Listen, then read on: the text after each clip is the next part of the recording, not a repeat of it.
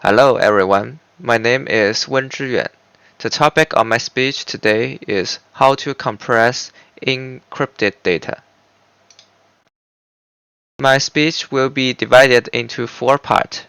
They are inspiration and contribution, preliminaries, compression via sparse polynomials, compression via IBLTs.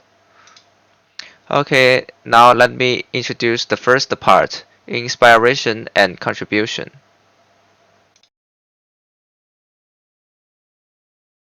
We all know that in the early days, encrypted data was incompressive because the encryption algorithm itself was designed to make the data difficult to understand and interpret, and the encrypted data became random and unpredictable. Therefore, the size of the data cannot be reduced by conventional compression algorithms. Compression algorithms usually reduce the size of data by finding repetitive patterns and regularities in the data.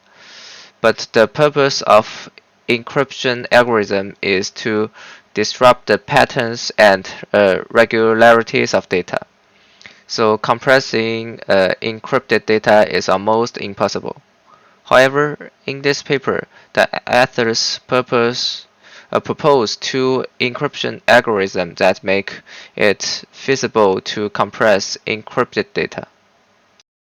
The author mentions a searchable encryption key and assume a client, Charlie, who holds a vector of data element M1 to Mn and wish to store it remotely on a server Sally. Charlie used the key to encrypt the data before sending it to Sally. In the future, when Charlie wants to search a vector and retrieve all elements that match a secret keyword, Charlie will first send a short keyword-related hint to the server, which the server uses to cipher the vector C1 to Cn into a new vector. If the searched information matches Charlie's keywords, then it will return 1, otherwise it will be 0. After completion, the server obviously compresses the new vector C under the assumption that no more than t ciphertexts were matching the keywords and send it back to Charlie. If the assumption about the sparsity of the new vector C was correct, then Charlie successfully decodes the vector and obtains the desired result. If the assumption was not correct, then Charlie may not be able to retrieve the output. During this process, encrypted data was inadvertently compressed. Choi has made great contributions to the optimal compression algorithm. He compresses C into a bit string of length omega t c k plus log n, where c is the length of one ciphertext entry, k is the correctness error defined as the searchable encryption example. Choi showed that Charlie can correctly decode the vector with probability 1 minus 2 to the power of minus k. Both compressing and decoding are computationally correctly and efficient. However, this algorithm also has a problem. That is, the solution is expensive. It needs performs omega tn plus kt log t, homomorphic additions, and omega tn, homomorphic multiplications by the constants. Liu and Tromer introduced oblivious message retrieval. Consider a server, Sally, with a public bulletin board and three clients, Charlie, Chunky, and Chris. Each client can publish encrypted messages on the bulletin board for any other client, and the recipient of the message is hidden.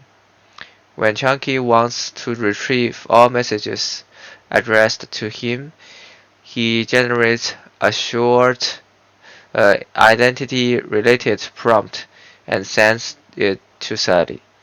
Sally can use this hint to inadvertently generate a short message with all the encrypted message related to Chunky. Although this method compresses the encrypted data, it is very expensive from an efficiency point of view. During the decoding process, Chunky needs to perform a Gaussian elimination on a matrix of size OT multiply OT, which will generate a computational overhead of omega the third of power of t. And the ether does not provide a good optimization method. The author of this paper proposed two new algorithms for compressing sparse encrypted vectors. The first one uses polynomial compression, which has a very high compression rate, and the compression vector is only O sigma t bits large. During the compression process, O n log n homomorphic additions and equally many homomorphic multiplications by constants needs to be performed.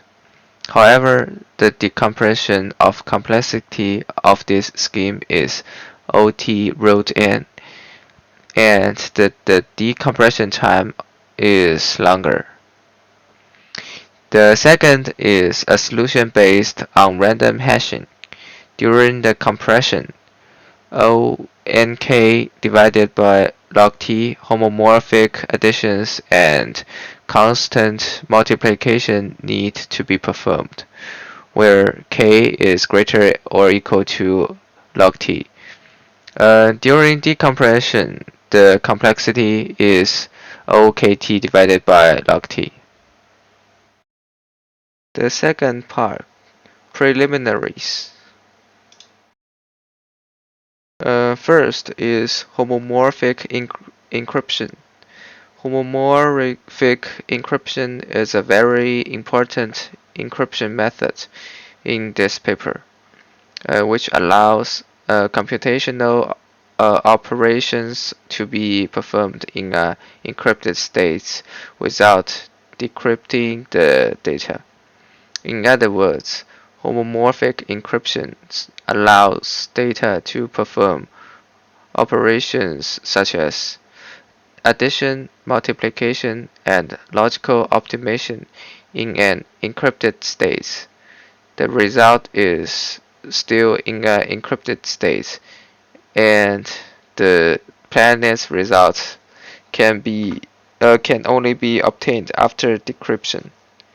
A homomorphic encryption scheme C is defined by a tuple of PPT algorithm, generation, encryption, evaluation, and deterministic that work as follow.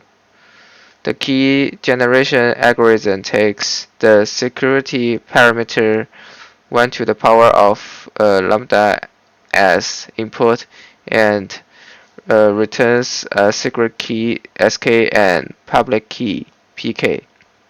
The public key implicitly defines a message space M and ciphertext space C. We denote the set of all public keys as P. The encryption algorithm takes the public key pk and message M belong to big M as input and returns a ciphertext C belong to big C. The evaluation algorithm takes the public key pk, a function f, m to the power of n to m to the power of m, and a vector c belong to uh, big C to the power of n of ciphertext as input and returns a new vector of ciphertext c belong to c to the power of m. The, the deterministic decryption algorithm takes the secret key sk and ciphertext c belong to big C as input and returns a message m. Polynomial kung fu is an algorithmic technique in computer science for efficient operations in polynomial rings. It is mainly used to solve polynomial evaluation, polynomial interpolation, polynomial multiplication, polynomial division, and other problems.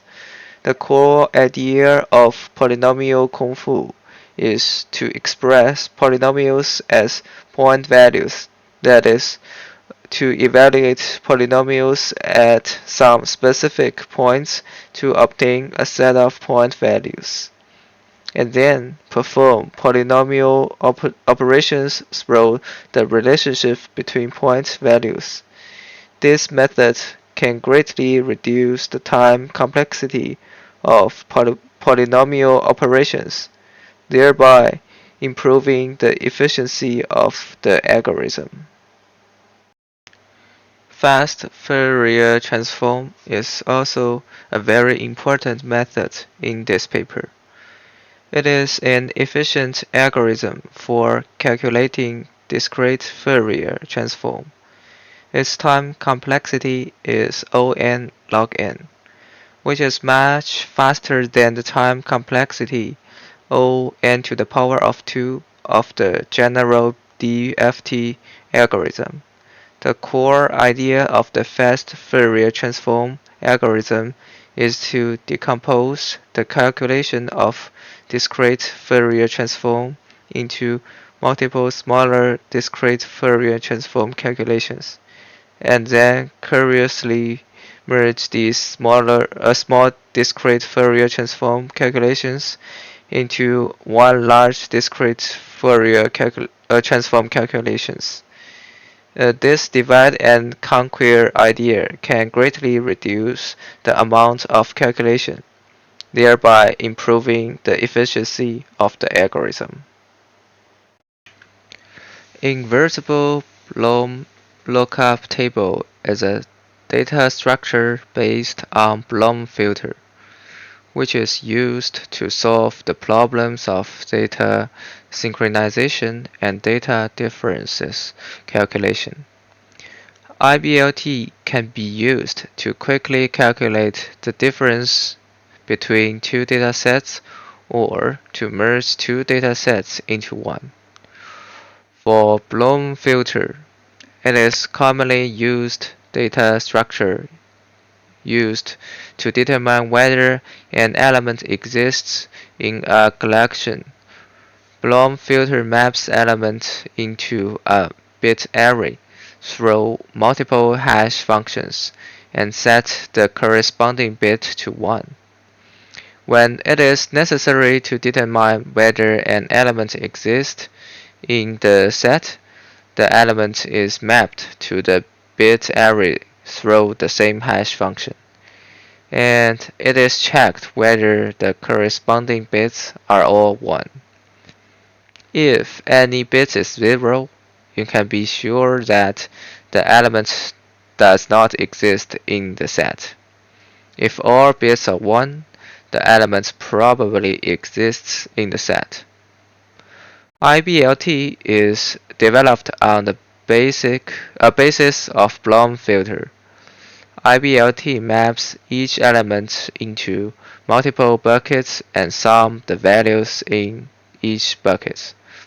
When the differences between two data sets needs to be calculated, the two IBLTs are merged and the value in the same buckets are subtracted. If the value in a bucket is 0, it means that the elements in the bucket exist in both datasets. If the value in a bucket is positive, it means that the elements in the buckets only exist in the first dataset. If the value in a bucket is negative, it means that the elements in the bucket only exist in the second dataset. The compression algorithm takes the public encryption key pk as well as a vector of ciphertext C from some family fpk of ciphertext vectors as input and returns some compressed representation theory. The decompression algorithm gets the compressed representation as well as the secret decryption key as input and should return the decryption of C. And below is the function of ciphertext compression scheme. The third part I want to introduce is compression via sparse polynomials. The first construction proposed by the author is compression via sparse polynomials. This construction treats the spare encrypted vectors C1 to Cn as coefficient representations of spare polynomials. The author used fast Fourier transform to homomorphically evaluate this polynomial. This encrypted evaluation will constitute the compression of the vector. To obtain the origin vector during decompression, we simply decrypt the evaluation points and interpolate the corresponding space polynomial. Below are the definitions of fast Fourier function and valid low-Hamming weight ciphertext vectors. The author proposes such a theorem based on the above method. Let E equals to Gn Enc Eval Dec be an additively homomorphic encryption scheme with message space M equals to FQ with ciphertext size C equals to C lambda. Let N T belongs to begin be integers such that N is less than Q and let W belongs to FQ be a 2 multiplied by T plus 1 th primitive root of unity. Then compress decompress is a 2 multiplied by T plus 1 divided by N, compressing perfectly correct ciphertext compression scheme for family FT. To prove that, we can let C is a validity condition. DEC SKC is a vector of Hamming weight that most T, a T space polynomial of degree at most N. We can then correctly interpolate this sparse polynomial from the 2 multiplied by T plus 1 evaluations resulting from DEC SKC W to the power of 0 to the W to the power of 2T plus 1. Then we can get interpolate FFT DEC SKC W to the power of 0 to W to the power of 2T plus 1 equals to sparse DEC SKC. From this formula, we can find that this scheme is 2 multiplied by t plus 1 divided by n compressing. The fourth part, compression via IBLTs. The second construction proposed by the answer is compression via IBLT, which is based on a variant of the reversible Bloom lookup table. This construction, given a ciphertext vector C, inserts the corresponding non-zero plaintext homomorphically into the encrypted IBLT. The encrypted IBLT will then constitute the compression of the vector. However, this approach faces two problems. First, IBLT's insert operation requires hashing the value to select the cell to insert into. It is difficult to do this because we do not have access to the plaintext. The solution to this problem is store pairs D and D.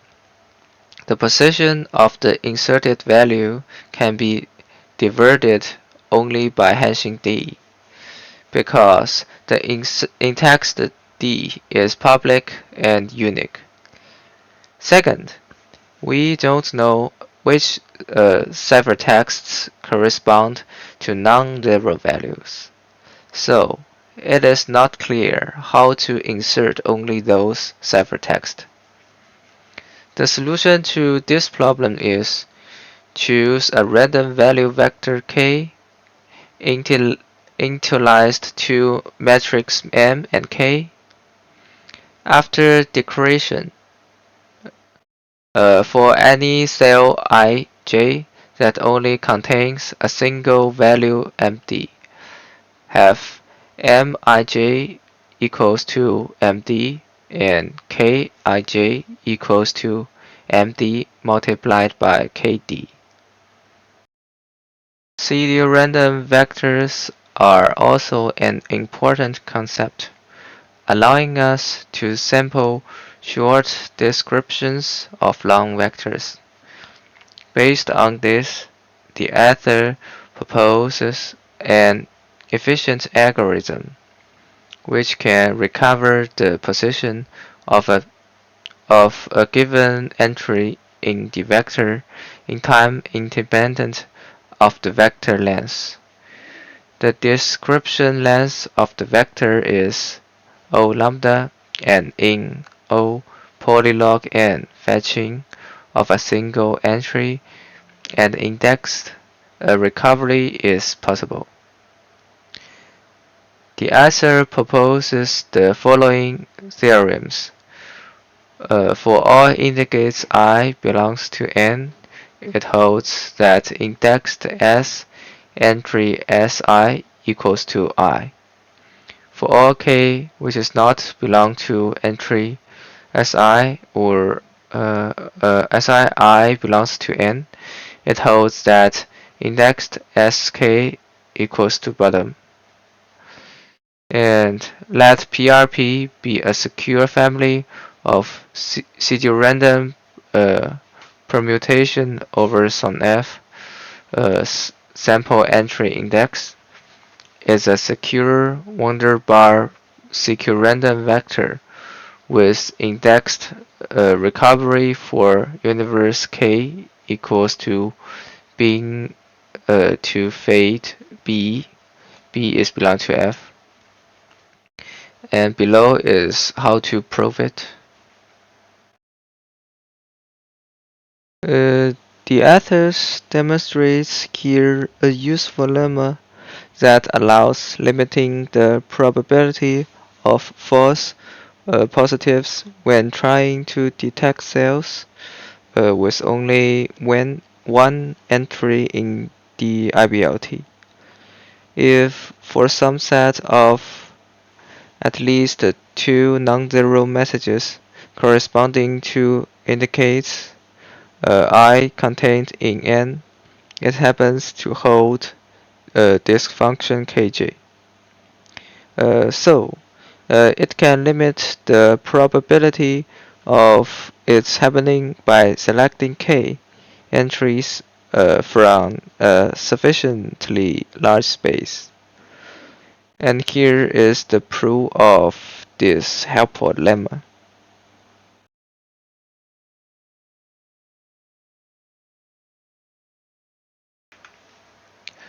Construction of ciphertext compression from IBLTs. Populating the IBLT involves the homomorphic evaluating an inner product between the encrypted vector and a plain vector. So, the answer uses inner product functions. The following is the definition of inner product functions. The class of inner product functions is the set of function ZIP with FA.